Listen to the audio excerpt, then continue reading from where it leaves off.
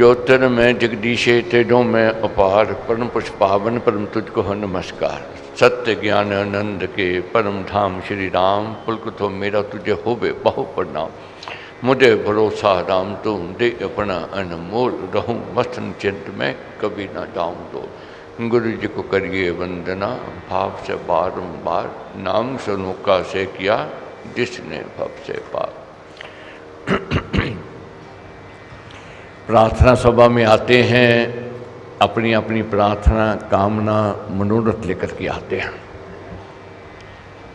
बार बार यही मैं कहता हूँ, मालिक के आगे जिद नहीं है, हठ नहीं है, निवेदन है। हमारी तो अर्जी है, आगे आपकी मर्जी है।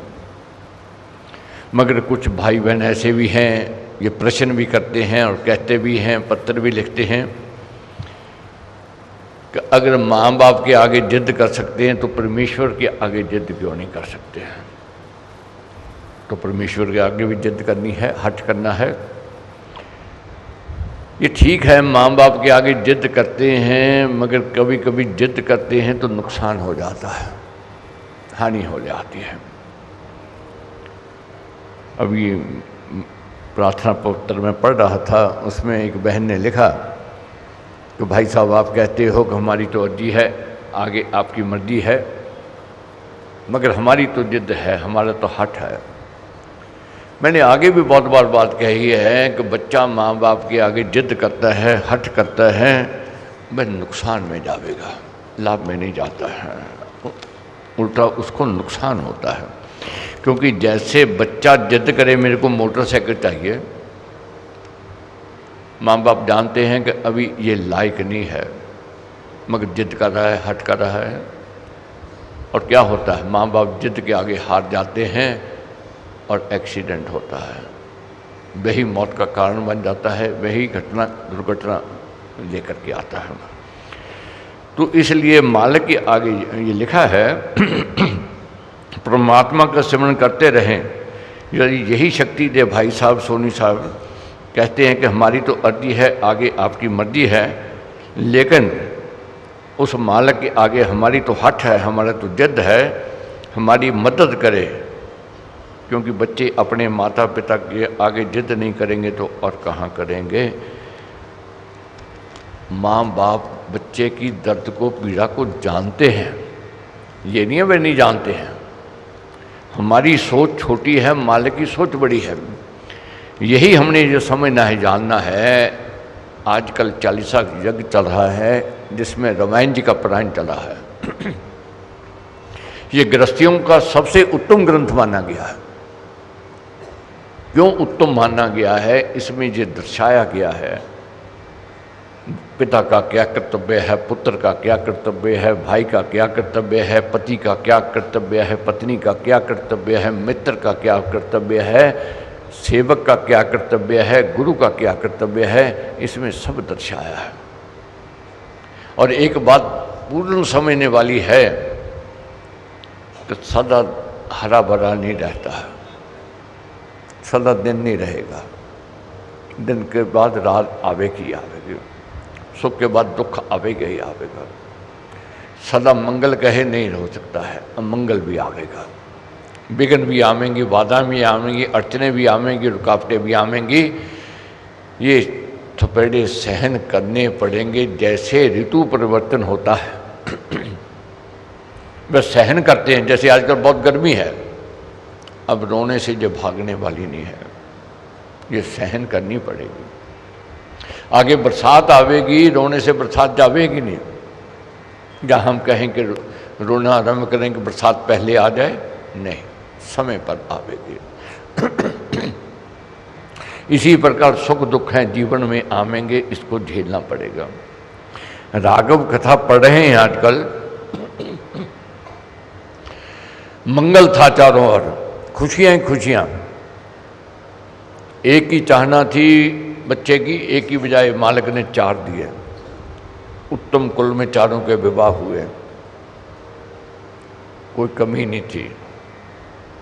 मगर अब घटना घटनी आरंभ हो रही है। राजा दशरथ चाहते थे कि मैं राम जी को युवराज पद दे दूं, पंचों को बुलाया, मंत्रियों को बुलाया, सब ने कहा हाँ दो, क्योंकि राम जनता के अति प्रिय हैं और गुणों से भरपूर हैं। तो राजा दशरथ ने निर्णय ले लिया पंचों के कहने पर, मंत्रिमंडल के सदस्यों के कहने पर कि राज तिलक करना है, मगर नहीं हो पाया। यही महाराज लिखते हैं कि चिंतन में जनकाल बिताते, पल में फांसे पलटे खाते, चाहे रचो मनोरथ माला, पर भाभी पर पर्दा काला। तब कहते हैं सुज न सियाने राम की बातें राम ही जाने। कहाँ तो राज तिलक की तैयारी हो रही थी और दूसरी तरफ रानी कैकेयी ने उत्पात मचा दिया, को भवन में चली गई, हट करने लग गई। राजा दशरथ आए, बहुत मनाया, नहीं माने। पूछा कारण क्या है रूठने का, कहने लगी मैं कहना चाहती हूं मगर डरती हूं, कहीं आप इनकार ना कर दो। मगर राजा दशरथ क्या कहते हैं, मैंने कभी तेरे को इनकार नहीं किया, जो चाहोगी वह मिलेगा, मैं करूंगा, और तेरे को वचन देता हूं राम की सुगंध खा करके। वचन बंधन में फंस गए, गलती हो गई, भूल हो गई। अब भूल हो गई, अब पछतावा हो रहा है। मांग क्या लिया रानी कैकेयी ने कि भरत को राज और राम को 14 वर्ष का वनवास। कुछ गलतियां जानबूझ के होती हैं, कुछ जाने में हो जाती हैं। पतनशील प्राणी कहा जलवत नीचे जाए, बड़ा स्वभाव वीर भी अतगुण को पाया। अब गलती हो गई। अब राजा दशरथ मना रहे हैं, मिन्नतें कर रहे हैं, मगर रानी मान नहीं रही है, कायर कह रही है, धित्कार रही है, अनादर कर रही है, अपमान कर रही है, उनका अपशब्द कह रही है। अंत परिणाम क्या हुआ, राजा को राम जी को बुलाना पड़ा। राम जी आए, कुछ कह नहीं सके राजा दशरथ। रानी कैकेयी से पूछा राम जी ने, क्या कारण है पिता, नाराज क्यों है, उदास क्यों है, क्या कारण है? तो रानी कैकेयी क्या कहती है कि पिता तेरे से डर रहे हैं, तेरे को कह नहीं सकते। अब राम जी कहने लगे कि क्यों नहीं कह सकते? कहने लगी कि ऐसा न हो वह कहें तुम बात ना माने, उनका अपमान हो जाए, उनका अनादर हो जाए, तू जवान है इसलिए वे डर रहे हैं। तब राम जी ने कहा आज तक मैंने इनकार नहीं किया, अब भी कहें अग्नि में कूद जाऊं, जल में डूब जाऊं, जब विष का प्याला पी लूं, तो चाहे मैं करूंगा। तब रानी ने फिर बात कह दी, अपने मन की बात जो चाहती थी कहनी। मैंने 2 बार मांगे थे, आज राजा दशरथ ने 2 बार दिए थे, आज मैंने लिए हैं। एक में भरत को राज, दूसरे में तेरे को 14 वर्ष का वनवास। तो राघव जी ने कहा माँ जैसे आप चाहती हो वैसा ही होगा। अब आगे ये देखना है, समझना है घर घर में कैसे उत्पात आता है। ये कल हम पढ़ेंगे प्रसंग, बहुत अच्छे प्रसंग हैं, जानने में है। जब बात हुई माता कौशल्या के पास आकर के राम जी ने कहा कि मेरे को वनवासी बनना है, तो लक्ष्मण जी कोप में आ गए, क्योंकि माँ की दुख को, पीड़ा को नहीं सहन कर सके। माँ दुख में आ गई। माँ कहने लगी कि मैंने तेरे को पाला, मन्नतें मान करके लिया, और आज सुख के दिन आए थे, मैं सोच रही थी कि सुख के दिन आवेंगे, सौतन के दुख भी सहन करती रही मैं, मगर अब तू कह रहा है कि 14 वर्ष का वनवास, मेरे को साथ ले चल। ये नहीं कहा माँ ने कि पिता की आज्ञा का पालन मत करो, ये कहा कि मेरे को साथ ले चल। तब राघव जी कहते हैं पत्नी का धर्म क्या है, पति के साथ रहना। पति गलत भी होवे मगर पत्नी का धर्म उसके साथ रहना है। मगर पुत्र मोह में जो पत्नी पति का त्याग कर देती है वह निंदनीय हो जाती है। तो यहाँ धर्म बताया पत्नी का। अब लक्ष्मण जी ने जब देखा माँ पीड़ा में है, क्या कहते हैं लक्ष्मण जी, बाप बुढ़ापे में पड़ा, पत्नी से पराभूत, पुत्र त्याग है कर रहा तोड़ न्याय का सूत, बिना दोष अपराध के करना वो बहिष्कार, धर्म न्याय विपरीत है घोर है अत्याचार। भाई मेरे को आपकी बात अच्छी नहीं लगी। क्या अच्छी नहीं लगी? बिना अपराध के क्यों देश निकाला, क्यों जामे हम? बाप तो बुढ़ापे में है और पत्नी पर कहने पर चल रहा है, वे अधर्म कर रहा है, धर्म नहीं कर रहा है, इसलिए अधर्म का हम साथ नहीं देंगे। ऐसा कहना मानना जिसमें न्याय ना मूल, वीर कर्म विपरीत ये है धर्म प्रतिकूल। अब लक्ष्मण जी धर्म सिखा रहे हैं, कह रहे हैं कि धर्म विरुद्ध है ये, क्योंकि हमने कोई न्याय नहीं किया, हमने कोई अपराध नहीं किया, हम क्यों कहना माने, हम क्यों देश छोड़ के जाएं? नहीं होगा। मैं कहता हूं बंधु को योधे वीर विख्यात, है तजना अधिकार को न्याय नीति की घात। क्या कहने लगे लक्ष्मण जी? मेरे साथ बड़े बड़े वीर हैं, योद्धा हैं, और मेरे पास अस्त्र शस्त्र हैं, मेरे पास ताकत है, कौन है हमारा अधिकार छीन लेगा? मैं किसी को छीनने नहीं दूंगा, मेरे पास ताकत है। मैं तो तेरे पास हूं लिए धनुष बाण, जो हरे अधिकार तब उसके हर लूं प्राण। यहां तक कह दिया कि जो आपका अधिकार छीनेगा मैं उसके प्राण हरण कर लूंगा। ये लक्ष्मण जी कह रहे हैं। यही जानना है, समझना है। घर घर में ये बात आती है, कला क्लेश होते हैं, मन मुटाव होते हैं, उस समय किस परिस्थिति में कैसे चलना है। अगर राघव जी लक्ष्मण जी के कहने पर धनुष उठा लेते हैं, आज हमारे वे पूजनीय नहीं होते, हमारे आदरणीय नहीं होते, आज उनका पूजन नहीं होता, आज उनके मंदिर नहीं बनते। मगर लक्ष्मण जी ने उत्तेजित किया, मगर लक्ष्मण जी को शांत करते हैं राघव जी। क्या कहते हैं? अब क्या कहते हैं लक्ष्मण जी? कौन मात का लाल है जो आ करे विरोध, तेरे सम्मुख हो खड़ा बल से कर अनुरोध। हे भाई, कोई ऐसा नहीं है जो हमारे सामना कर सके, और मैं आपका अनुयायी हूं, जो आप कहोगे मैं करूंगा।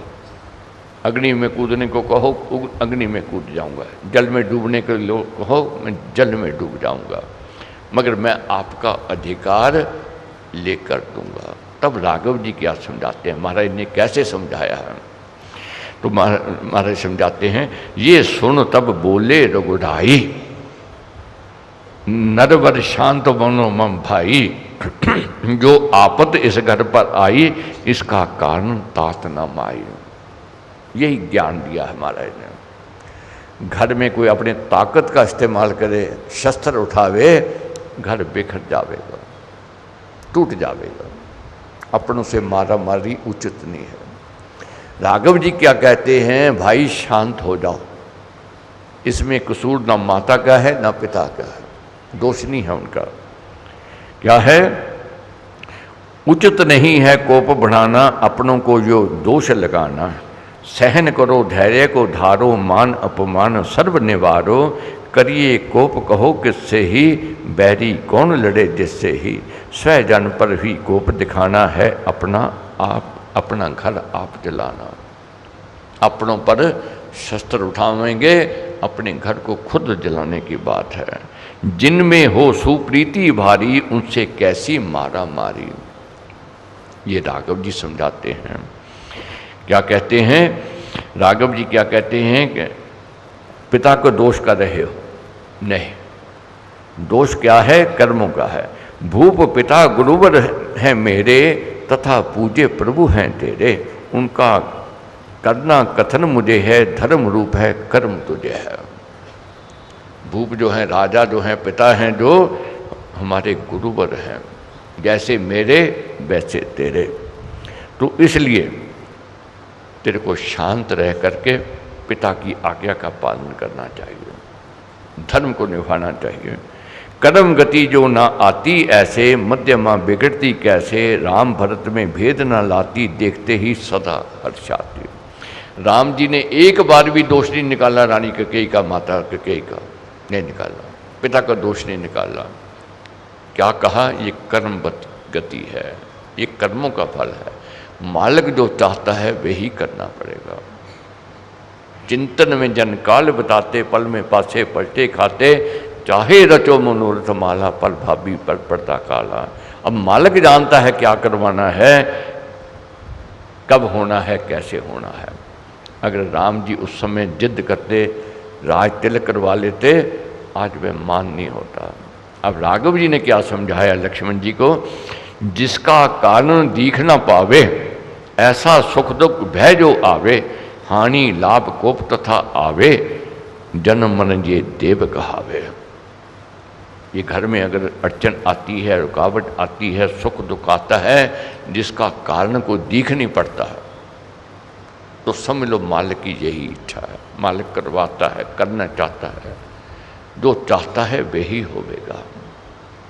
हमारा बन जाना अगर लिखा है तो हमें बन जाना ही है। समझाई बात। धीर जनों पर दुख है आते, उनसे तो वे परखे जाते। दुख आवेंगे, मुश्किलें आवेंगी, मगर धीरज धर्म मित्र और नारी आपातकाल में परखे जाली। ये कल हम पढ़ेंगे, ये समझेंगे महाराज ने कैसे समझाया है कि आपस में हो सदा सहाई, रहना मिलजुल रीति बनाई, मात पिता को आदर देना, धर्म जगत है रस लेना। माता पिता को देव बखाने, मूर्तिमान गए हैं जाने, उनकी आज्ञा होवे जैसी, करना वह सुरीति ऐसी। तो यही ज्ञान महाराज ने दिया है। इसलिए मैंने आपसे कहना है, अगर यज्ञ में नहीं आ रहे हो किसी कारण, आकर के देखो, समझेंगे, जानेंगे कैसे घर में रुकावटें आती हैं, अड़चनें आती हैं, विघ्न आते हैं, बाधाएं आती हैं, क्या हमारा धर्म है, क्या हमारा कर्तव्य है।